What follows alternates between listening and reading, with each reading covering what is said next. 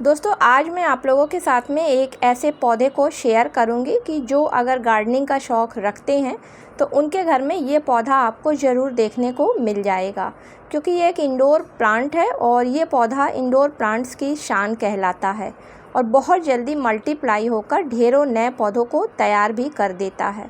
Nursery से अगर आप इस पौधे को ख़रीद कर अपने घर में लाएंगे तो 100 रुपये से 150 रुपये के बीच में आराम से 2 से 3 फीट का पौधा मिल जाएगा।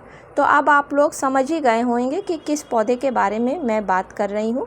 जी हाँ दोस्तों, ये एरेका पाम का पौधा है। तो आइए जानते हैं कि एरेका पाम की पत्तियों को ग्रीन रखने और उसकी ग्रोथ के लिए किन किन चीज़ों का ध्यान रखना ज़रूरी होता है।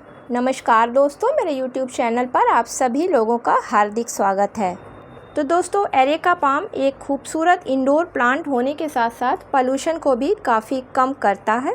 इसके अलावा ये पौधा जहाँ पे रखा होता है उसके आसपास एरिया में ऑक्सीजन लेवल को भी बढ़ाने का काम करता है। ये पौधा हर घर की शान होता है। तो आइए जानते हैं कि इसकी अच्छी ग्रोथ और इसकी पत्तियों को हरा भरा रखने के लिए हमें किन चीज़ों का ध्यान रखना बहुत ज़रूरी है।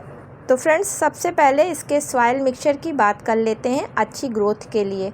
तो इसको अच्छी ग्रोथ करने के लिए एसिडिक सॉइल की ज़रूरत पड़ती है, इसलिए आप इस पौधे को जब भी अपने घर में लगाएं तो जब इसके लिए सॉइल मिक्सचर को तैयार करें तो उसमें 50% आप साधारण मिट्टी यानी कि बगीचे की मिट्टी को ले लें और उसमें 30% आप रिवर सैंड यानी कि बालू को मिला लें।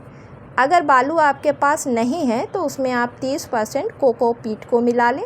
अब जो बचा 20% आपके पास है उसमें आप वर्मी कंपोस्ट खाद को मिला लें और तीनों मिक्सचर को अच्छी तरीके से मिलाने के बाद में इस मिक्सचर में अगर आप अपने एरेका पाम को लगाते हैं तो आपका एरेका पाम बहुत अच्छी तरीके से ग्रोथ करेगा। सॉइल मिक्सचर के बाद इसके पॉट की बात कर लेते हैं। तो फ्रेंड्स, जब भी आप एरेका पाम को अपने घर में लगाएं तो कम से कम 12 इंच के गमले में ज़रूर लगाएं, क्योंकि ये पौधा बहुत जल्दी मल्टीप्लाई होता है और नीचे से नए नए इसमें पौधे बहुत जल्दी डेवलप होते हैं।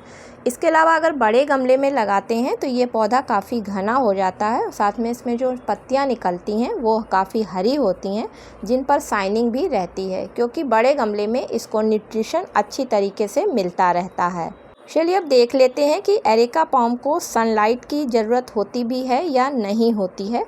तो फ्रेंड्स, इसको कभी भी तेज़ धूप वाली जगह पर नहीं रखना चाहिए, क्योंकि ऐसी जगह पर रखने से ये पौधा ख़राब हो जाता है।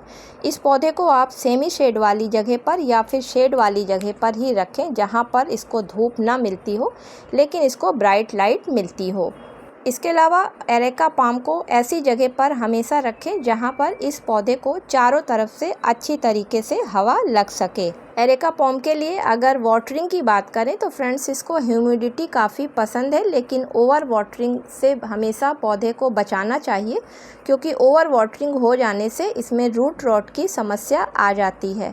इसलिए 3 से 4 दिन में ही इस पौधे पर पानी डालें, लेकिन पत्तियों पर ह्यूमिडिटी बनाए रखने के लिए रोज़ पत्तियों को पानी के शावर से साफ़ ज़रूर करें। चलिए अब देख लेते हैं कि एरेका पाम को किस तरीके की फर्टिलाइज़र देनी चाहिए, कितने समय के अंतर पर देनी चाहिए और किस तरीके से देनी चाहिए।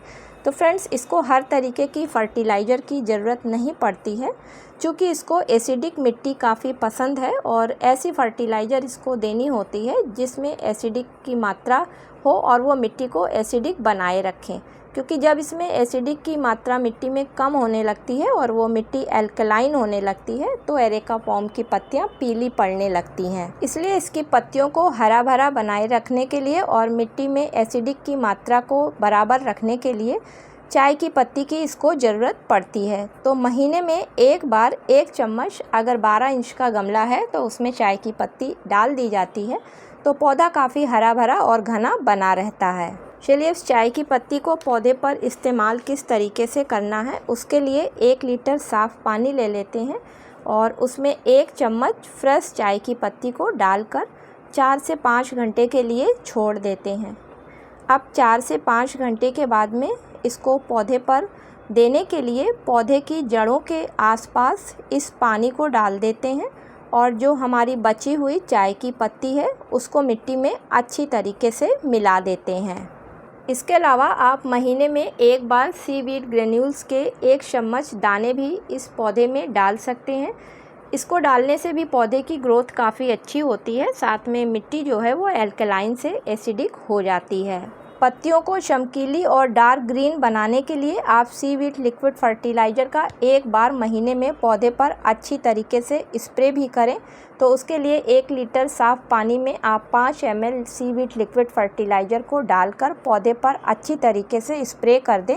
इससे पत्तियों में ह्यूमिडिटी बनी रहेगी और पत्तियों का कलर काफ़ी डार्क हो जाएगा।